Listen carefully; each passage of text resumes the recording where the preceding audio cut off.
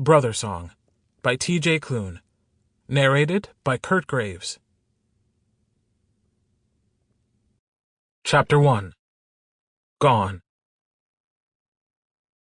A wolf, my father told me once, is only as strong as his tether. Without a tether, without something to remind him of his humanity, he'll be lost. I stared up at him with wide eyes. I thought no one could ever be as big as my father. He was all I could see. Really? He nodded, taking my hand. We were walking through the woods. Kelly had wanted to come with us, but Dad said he couldn't.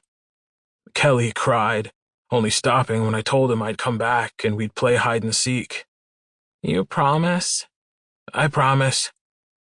I was 8 years old. Kelly was 6. Our promises were important. My father's hand engulfed my own, and I wondered if I would be like him when I grew up. I knew I wasn't going to be an alpha.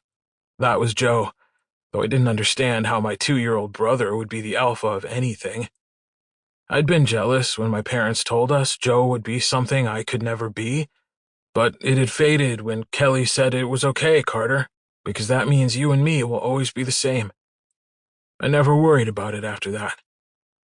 Soon, my father said, you'll be ready for your first shift.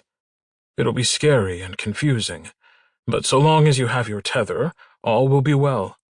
You'll be able to run with your mother and me and the rest of our pack. I already do that, I reminded him. He laughed. You do, don't you? But you'll be faster. I don't know if I'll be able to keep up with you. I was shocked. But you're the alpha of everyone. I am, he agreed. But that's not what's important. He stopped under a large oak tree. It's about the heart that beats in your chest. And you've got a great heart, Carter. One that beats so strongly that I think you might be the fastest wolf who ever lived. Whoa, I breathed. He dropped my hand before sitting on the ground, his back to the tree. He crossed his legs, motioning for me to do the same. I did so, and quickly, not wanting him to change his mind about how fast I would be. My knees bumped his as I mirrored his pose. He smiled at me as he said, a tether to a wolf is precious, something guarded fiercely. It can be a thought or an idea, the feeling of pack, of home. His smile faded slightly. Or of where home should be. Take us, for example. We're here in Maine, but I don't know if that's our home. We're here because of what's asked of us, because of what I must do. But when I think of home, I think of a little town in the west, and I miss it terribly. We can go back, I told my dad. You're the boss. We can go wherever we want. He shook his head. I have a responsibility, one I'm grateful for.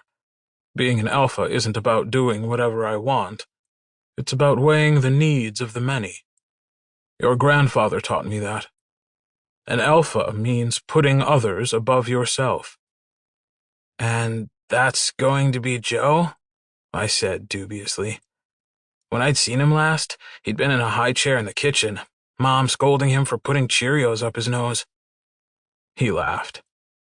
One day, but not for a long time. But today is about you. You're just as important as your brother, as is Kelly.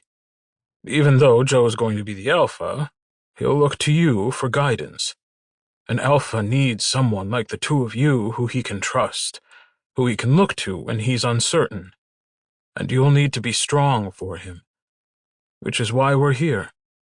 You don't need to know what your tether is today, but I'll ask you to start thinking about it, and what it could be to you. Can it be a person? He paused. Then, why do you ask? Can it? He stared at me for a long time. It can. But having a person as your tether can be difficult. Why? Sample complete. Ready to continue?